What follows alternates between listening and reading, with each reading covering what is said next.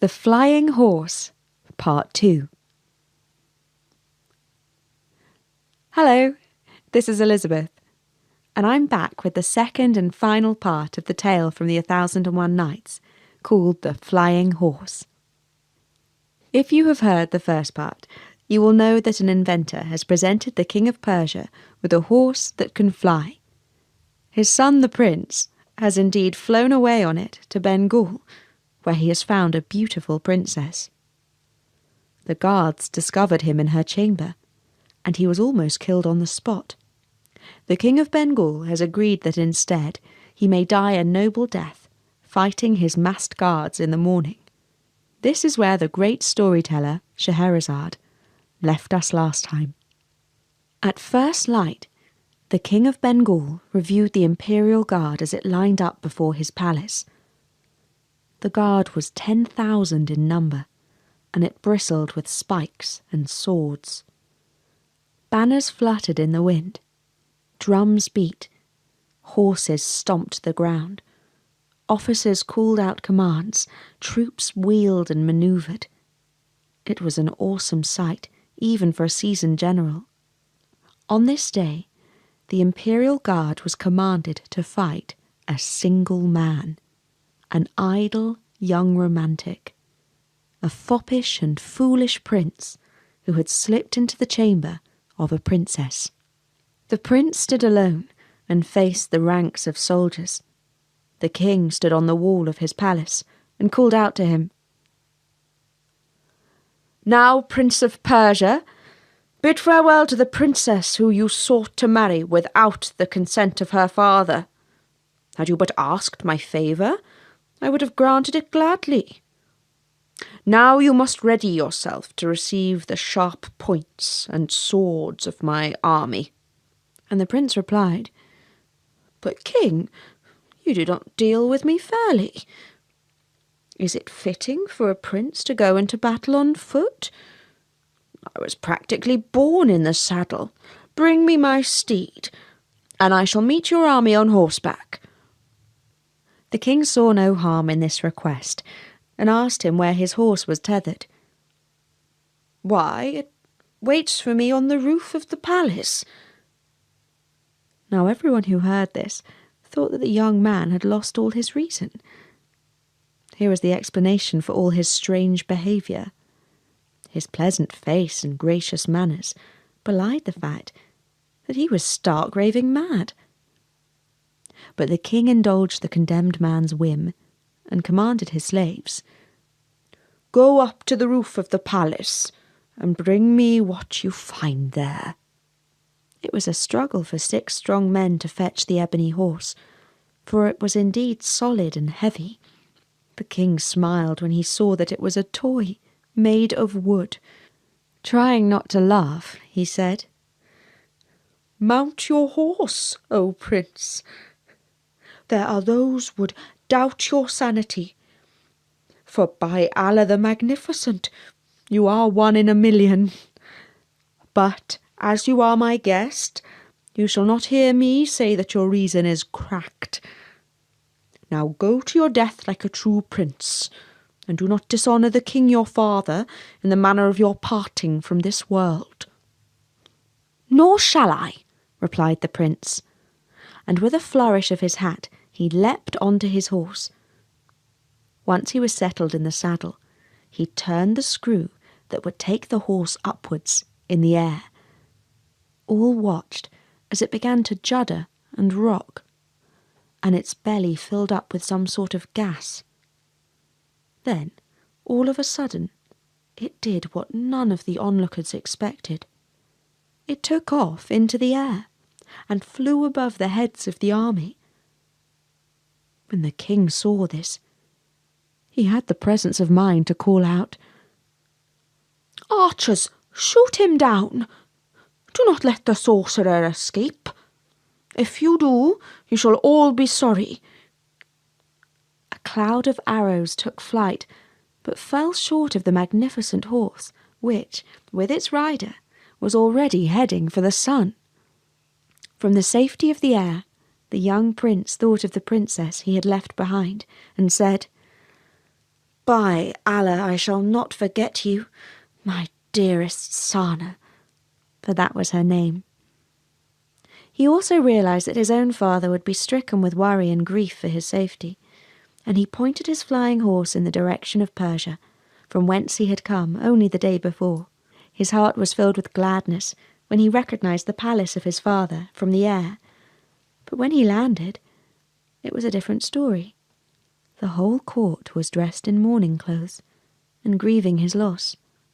When he ran inside and found his father, mother, and sisters, great was the joy as they embraced and were reunited with the prince whom they thought had gone forever. There followed a week of feasting and celebration. Everyone in the kingdom took part.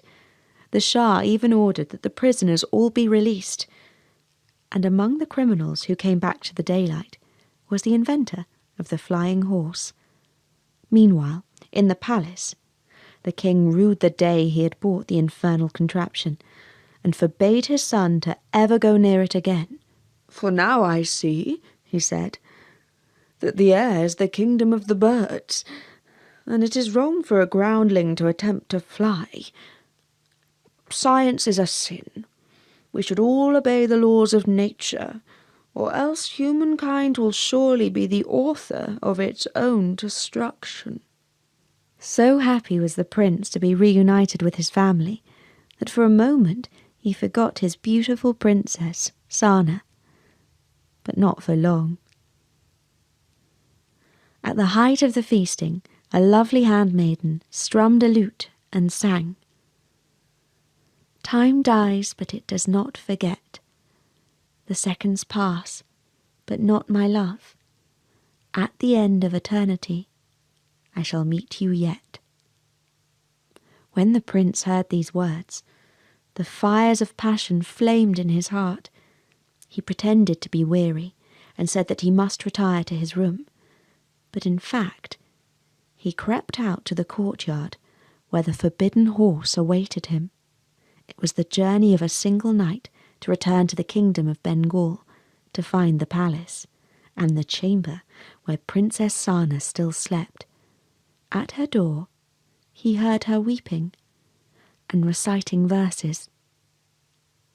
He carefully walked over to the bed. "Who's there?" she asked, nervously. "Oh, you of little wit," said the prince fondly.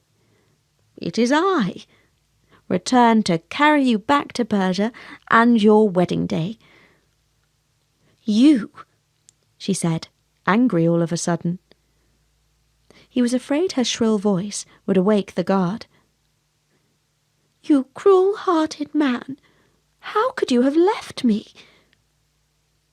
"Would you rather that I was cut down by the 10,000 soldiers of your father's army?" he replied. "If so, all you have to do now is call for the guards, and I'll be dead this instant." "Yes," she said, confused. "I mean, no. My only wish is to be with you." And they fell into each other's arms. As it would soon be daylight, he swiftly led her up to the roof, from where they escaped on board his wonderful flying horse. Away they flew, but with great skill. The prince made the horse travel softly, so as not to alarm the princess. By midday they had returned to his father's palace, where he had been hardly missed. When his father saw the young prince's choice for a bride, more elegant than a gazelle, more gentle than the warm west wind, brighter than the moon, he rejoiced in his son's good taste and judgment. He called for preparations to be made of yet another feast, to celebrate the wedding of his son to Princess Sana. There was a delay, while out of courtesy, messengers were sent to her father in Bengal. In the meantime, the prince was hardly absent from her side. But of course there were times when official duties, or the pleasures of hunting and companionship with his cronies, called him away. On one such occasion, the young princess was walking in the garden when she was approached by a man who seemed to her eyes very old and rather hideous in face and figure. "Oh, Princess," he said, "your beloved has had to leave to another city on urgent business of his father. He pines for your lovely face that shines in his heart like the sun in a serene sky. He has therefore sent me to fetch you to him."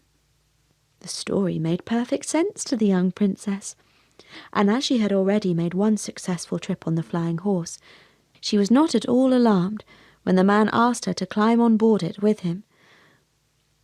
Little did she know that this seemingly harmless old man was the cunning inventor of the machine, and that he still held a terrible grudge for the ungrateful way he had been treated by the prince and his father. Now he was after his revenge. He turned the screw on the neck of the horse, and up they climbed into the sky. On and on they flew. At last she asked, "Old man, when shall we see my prince, as you promised me?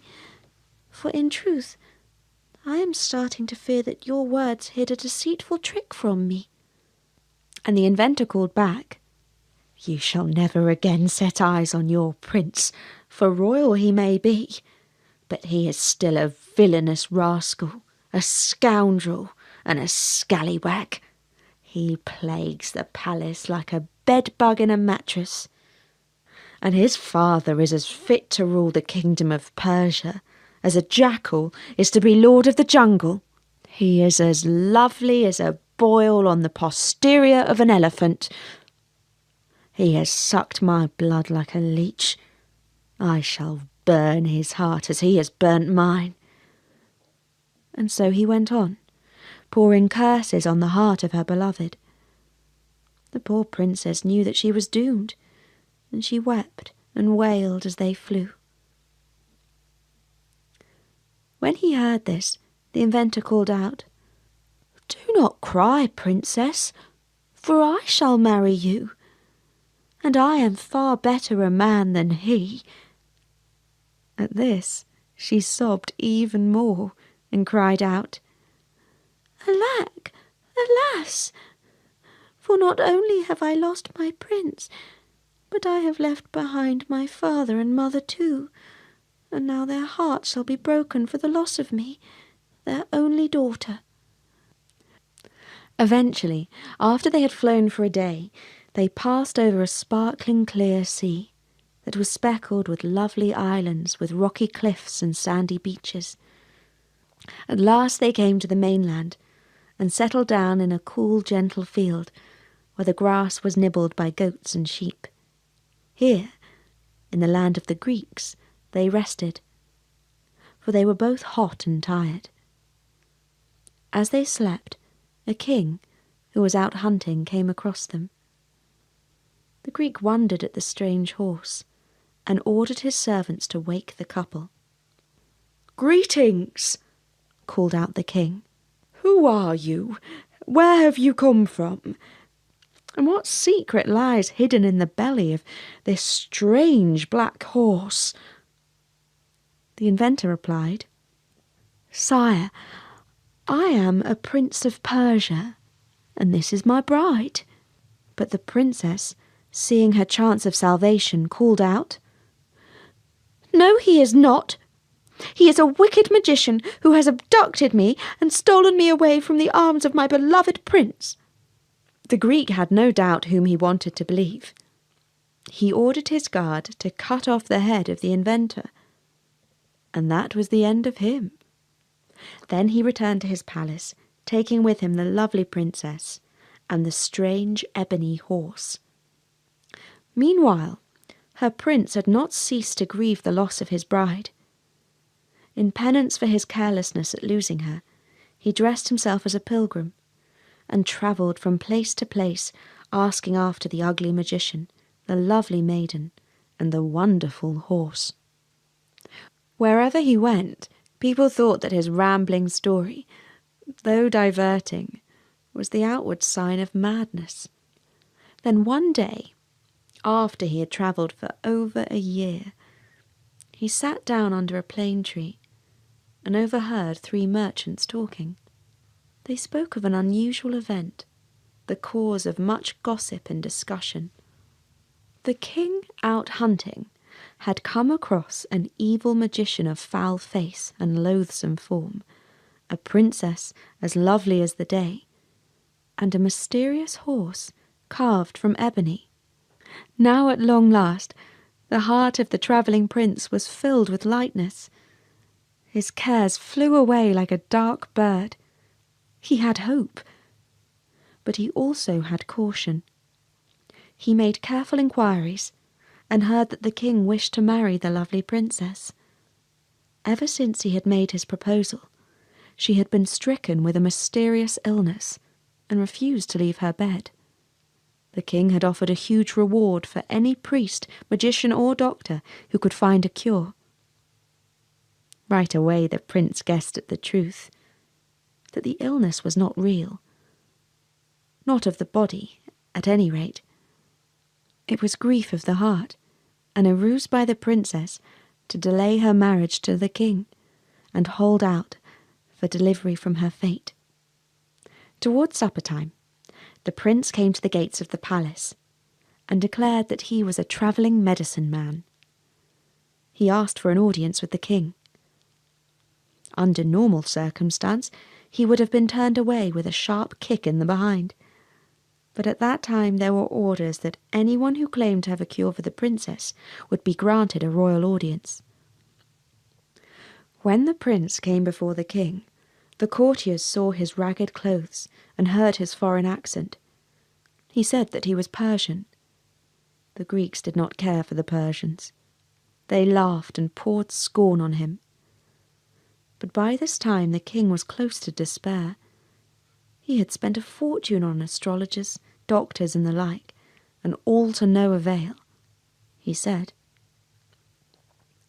"I care not if he is Persian or from the moon. One more egromancer can do no harm." And he allowed the visitor to see the princess. She lay with her eyes closed, seemingly asleep. He knelt down and whispered in her ear, "Oh, darling of the universe, care of my life, do not fear, nor stir, nor make any sound. It is I, your prince. I have searched the 4 corners of the world, and now at last I have found you." In the morning he went to the king and advised that in his judgment the princess had been overtaken by the demons of madness. Fortunately, he had with him a cure. Powerful candles and fuel for the fire that would burn with sweet-smelling smoke and drive the demons from her body. The king was ready to give anything a try.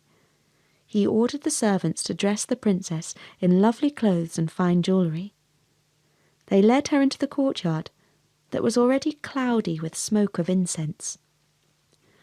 The mystical horse stood by, like the statue of a god. The Persian visitor threw lumps of coloured coal on the fire. The smoke grew thick. It was hard to see anything. The smoke stung the king's eyes, and he began to rub them. When a few minutes later the smoke had cleared, the prince, the princess, and the wonderful horse had disappeared. Nobody had seen how the Persian mystic and the princess had climbed aboard the horse and flown away. Nor could they suppose that a day later they would be back in Persia, and that a week after that they would be married and live righteously and happily together until, at last, in their old age, the destroyer of everything took them away forever. And that was the Flying Horse from the 1001 Nights. And there were many more stories that Scheherazade told to the Sultan in order to stay alive. And we'll bring you more soon on storynori.com. But for now, from me, Elizabeth, bye! The Flying Horse, Part 2. Hello, this is Elizabeth, and I'm back with the second and final part of the tale from the 1001 Nights, called The Flying Horse. If you have heard the first part, you will know that an inventor has presented the King of Persia with a horse that can fly. His son